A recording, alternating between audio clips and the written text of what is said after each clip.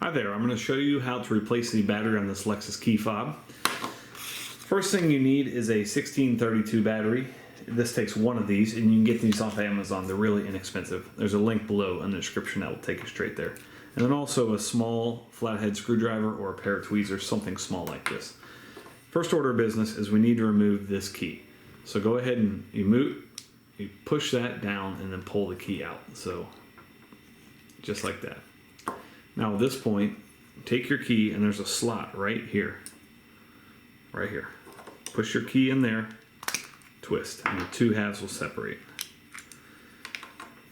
Your battery is under this half. So sometimes this will dump out. Not always, but just be gentle with it. Then you can stick your screwdriver right there and take out your old battery. Your new battery goes positive side up, so make sure the writing's up. And then you just take this, give it a good squeeze, and you can test, make sure your red buttons or your red LED is working, and you're all set. Thanks so much for watching. Make sure you hit that thumbs up button.